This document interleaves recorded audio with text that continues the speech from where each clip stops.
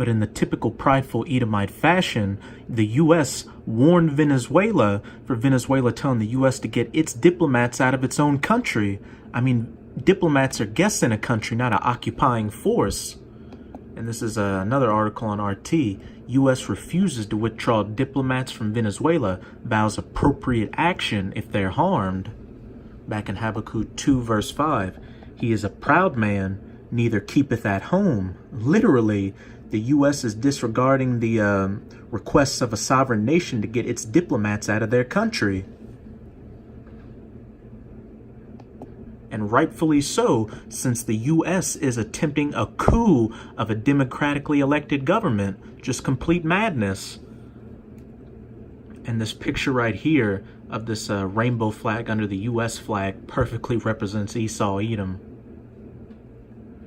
U.S. Secretary of State Mike Pompeo has refused to pull diplomats from Caracas, arguing the government that severed diplomatic ties with the U.S. is not legitimate and threatening appropriate actions if anyone is endangered. U.S. will conduct diplomatic relations with Venezuela through the government of interim president / U.S. puppet Guaido. U.S. does not recognize the Maduro regime. U.S. does not consider former President Maduro to have the legal authority to break diplomatic relations. And if Nicolas Maduro was this dictator and tyrant who got power illegitimately, as Mike Pence said, as well as Secretary Pompeo, then why did Maduro allow those protests to happen with just tear gas getting shot, not bringing in the military or tanks or anything like that? It's just lies from the Edomites. And you can look up Nicolas Maduro and even Hugo Chavez. They were men that were loved by their people and democratically elected because they cared about their people and didn't bend to the will of U.S. dictates.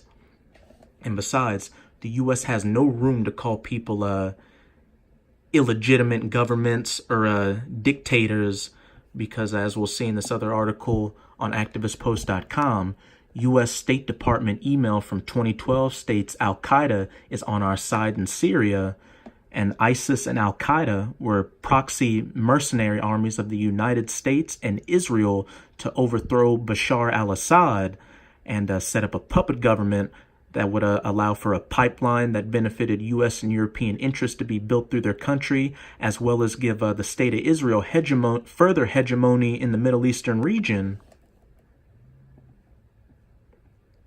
So again, you Edomites have no room to tell other people that they're illegitimately elected. For the abundance of evidence pointing to the fact that the United States and its allies control the terror group Al-Qaeda and use it for their own purposes, both at home and abroad, it seems many observers have a hard time swallowing such a bitter pill. There was a time, however, when in internal emails, then Secretary of State Hillary Clinton's Deputy Chief of Staff and Director of Policy Planning Jake Sullivan admitted to the Secretary that AQ or Al-Qaeda is on our side in Syria. Jump down to here. It was evident early on that the U.S. bombing of alleged ISIS targets inside Syria was, in reality, an attempt to support the terrorist organization backed by NATO and the U.S. as opposed to an attempt to defeat it. While such a suggestion has been repeatedly labeled as a conspiracy theory by the mainstream media and other gatekeepers in the independent media, the fruits of America's labor in terms of the bombing campaign cannot be ignored. Likewise, neither can the world ignore the results of Saudi Arabia's bombing of Yemen. The truth is that the United States, NATO, and the GCC/Arab League are bombing in couch support of ISIS, increasing its gains and hold on power with every sortie fired. With this fact recognized, the NATO/GCC network of national governments can now officially be labeled as the Air Force of Al-Qaeda. And isn't it interesting that the U.S. said it was fighting ISIS and Al-Qaeda, but ISIS gained most of the country while the U.S. was in there supposedly fighting them, and it wasn't until Russia, who has a smaller military than the U.S., started its own air campaign, and then you started seeing progress by Bashar al-Assad's government to take back its country.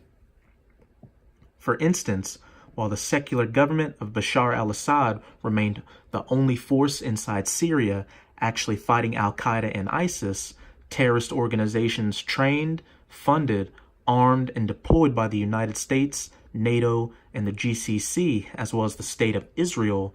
The brutality of these death squads was used by the Western propaganda machine to justify a bombing campaign that was actually directed at Syrian military and civilian infrastructure. Because again, just like the U.S. is trying to overthrow the sovereign, democratically elected government of Nicolas Maduro, the U.S. tried to overthrow Bashar al-Assad for its own personal interests, as well as those interests of the State of Israel. These strikes were launched against Syrian oil refineries, bridges, civilian neighborhoods, warehouses, agricultural centers, and grain silos. Others were made strategically against infrastructure that was set to soon be taken back by the Syrian military after long-fought battles with the terrorists. Likewise, the U.S. bombing campaign in Iraq had much more to do with protecting Western-owned oil fields and death squad herding than eliminating ISIS. In fact, Iraqi armed forces and government officials have repeatedly revealed that the U.S. military has actually been supplying ISIS during the entire course of the bombing. So don't believe the hype.